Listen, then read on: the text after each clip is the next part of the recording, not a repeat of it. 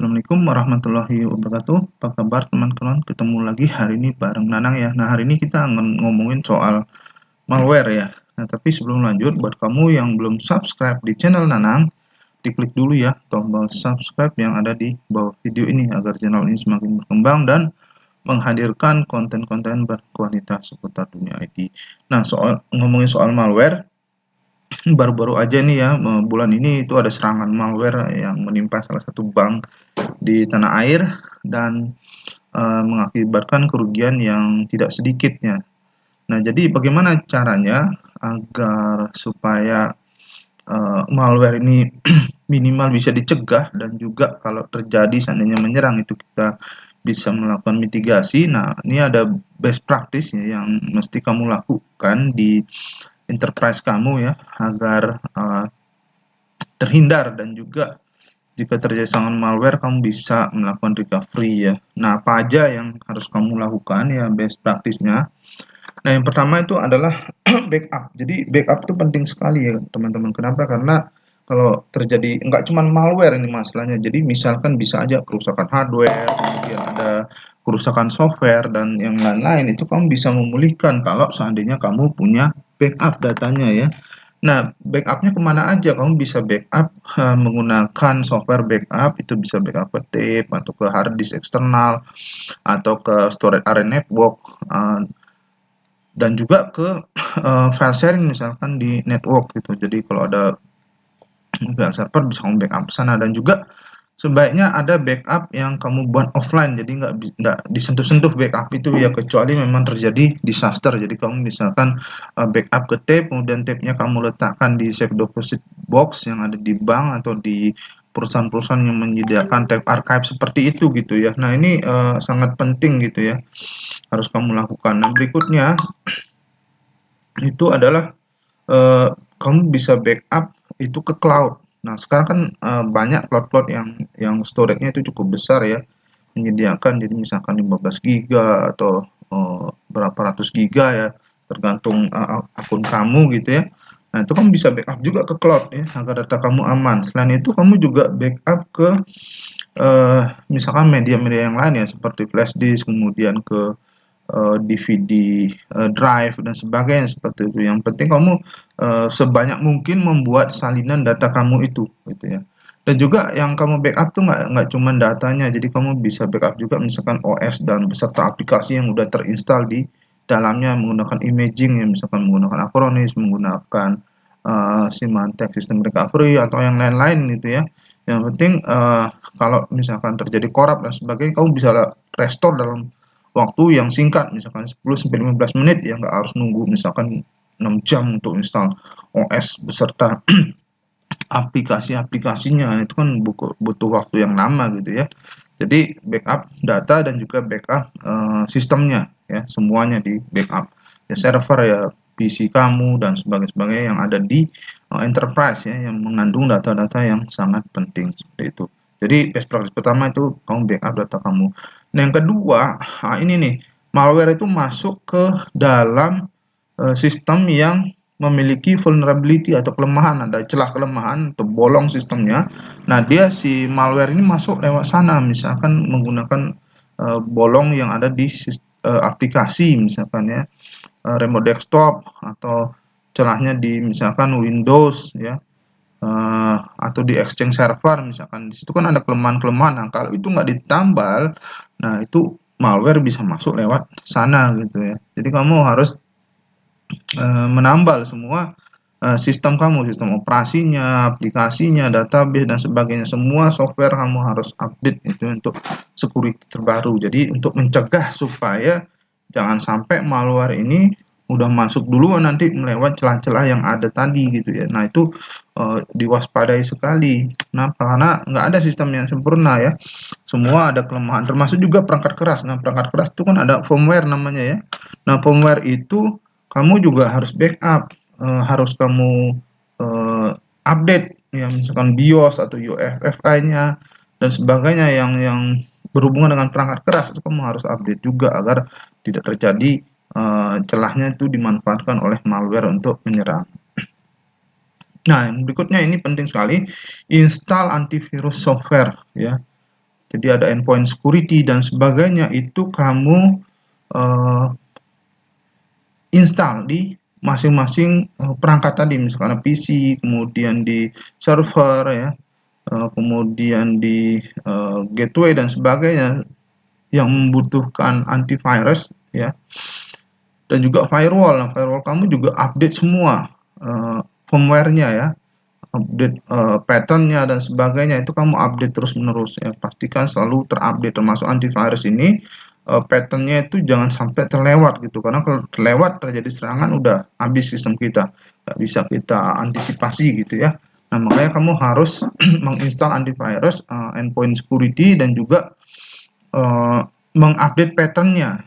Jadi nggak cuma install tapi nggak diupdate ya, sama aja bohong gitu. Jadi harus diupdate pattern-nya ya, baru kamu bisa aman. Dan kalau di enterprise itu kita menggunakan antivirus server ya. Jadi semua update itu akan di-push dari server, sehingga akan disebarkan langsung ke seluruh klien. Jadi keuntungannya kalau kita menggunakan antivirus server itu tersentral semua gitu ya.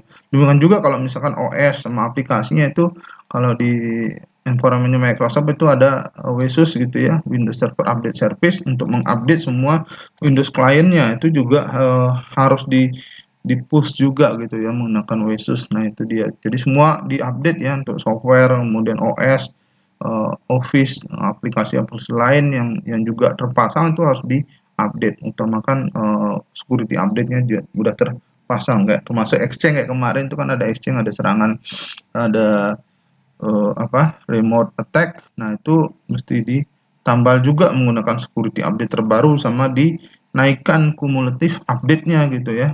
Jadi kumulatif update harus dipasang gitu ya. Jadi supaya tidak terjadi bolong, nah ya, ada celah bolong di situ seperti itu. Jadi harus semuanya diupdate gitu ya, teman-teman. Nah, yang best practice berikutnya itu adalah jaringannya disegmentasi. Jadi dipisahkan antara network server, kemudian networknya storage, networknya klien-klien, termasuk misalkan network ada divisi-divisi yang riskan sekali gitu ya, misalkan finance dan sebagainya, itu dilindungi gitu ya. Jadi jangan sampai itu terekspos. Nah, jadi dibuatkan VLAN dan sebagainya, dan ada akses control list-nya, traffic mana yang boleh keluar dan masuk segala macam itu ya, lewat network segmentation ini gitu ya, menggunakan switch dan juga firewall seperti itu, agar semuanya itu aman gitu. Jadi kalau misalkan terjadi serangan attack, ya hanya kena di satu segmen aja, nggak menjalar ke yang lain-lain ya, seperti itu. Jadi inilah pentingnya network segmentation yang harus kamu lakukan di jaringan kamu, seperti itu. Nah, best practice 5 itu adalah email. Email ini seringkali menjadi pintu masuk untuk malware ya. Contohnya dia menggunakan email phishing gitu ya. Nah, maka hati-hati. Jadi kamu harus melindungi email kamu itu, misalkan Outlook dan sebagainya, itu menggunakan endpoint security gitu yang terpasang di masing-masing PC.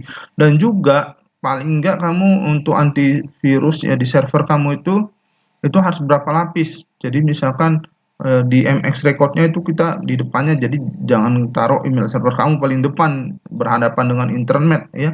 Sama aja itu bunuh diri. Jadi di depan email server kita, kalau perlu 2 lapis itu kita pasang ASAF device ya, anti spam dan antivirus device, yang akan menyaring email yang masuk ke network kita, jangan sampai mengandung malware gitu ya. Salah satunya email phishing tadi.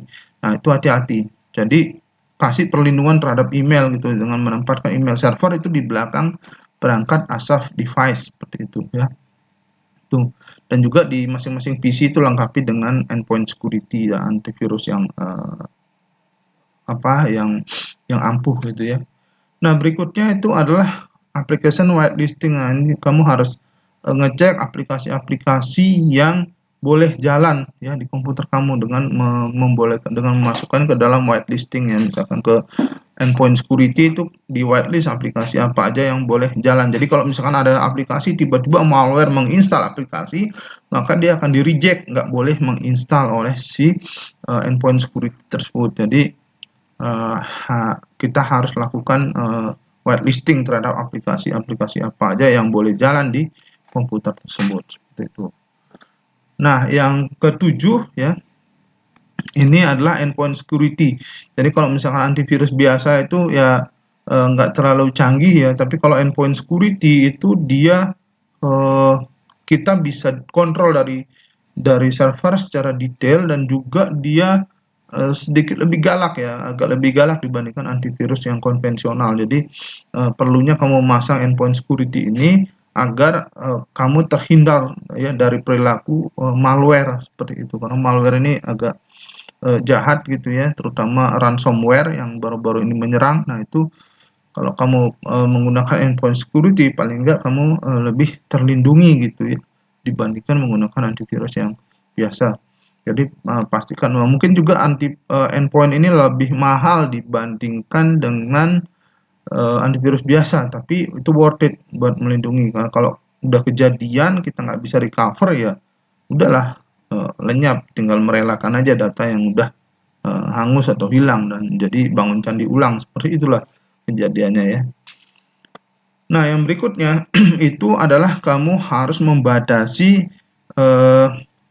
privilege dari si user gitu ya. Jadi jangan kasih semua orang administrator, bahkan di PC masing-masing ya, celaka nanti ya, nanti orang install sembarangan dan sebagainya. Dan malware kalau udah dapat hak akses administrator, udah dia langsung berperilaku ganas gitu ya, dan menyebar kemana-mana, yang mengakibatkan data kamu kalau udah kena ransomware tuh dienkripsi semua dan sebagainya, dan juga kena di satu jaringan itu semua kena. Jadi harus kita batasi ya akses user privilege ini.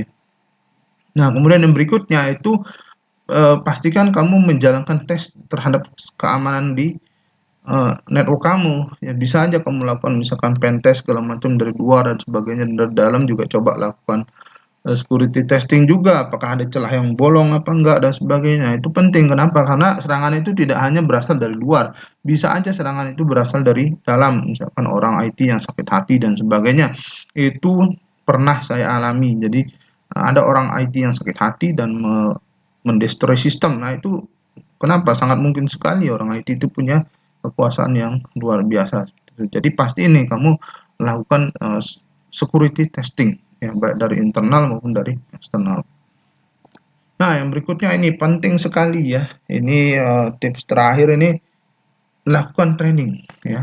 Kamu harus kasih tahu ke semua orang, nggak cuma orang IT, bahwa sistem kita itu harus aman. Jadi bagaimana cara supaya aman? Nah, kamu jelaskan nanti di security awareness training ini, masalah password, masalah email, ya, masalah aplikasi, dan semuanya yang ada yang berkaitan dengan IT, itu kamu harus jelaskan. Adakan security awareness training minimal 6 bulan sekali.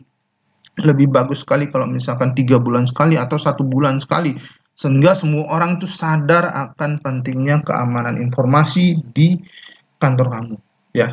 Jadi itulah mungkin 10 tips yang bisa kamu gunakan untuk mengamankan informasi yang ada di kamu ya, information security yang ada di enterprise, agar terhindar dari serangan yang namanya malware dan serangan lain-lainnya ya, apalagi ransomware saat ini lagi ganas-ganasnya. Oke, terima kasih buat kamu yang udah nonton video ini. Kamu bisa kasih like, kemudian komentar kamu saya tunggu, dan bagikan video ini ke teman-teman kamu ya, agar mereka belajar apa yang kamu tahu. Kunjungi blog saya, linknya di bawah video ini juga. Dan buat kamu yang dari kemarin nih belum subscribe, ditunggu ya, diklik dulu tombol subscribe yang ada di bawah video ini dan bunyiin belnya. Jadi kalau ada video baru dari saya langsung muncul notifikasinya di YouTube kamu. Oke, makasih, sampai jumpa kembali. Assalamualaikum warahmatullahi wabarakatuh.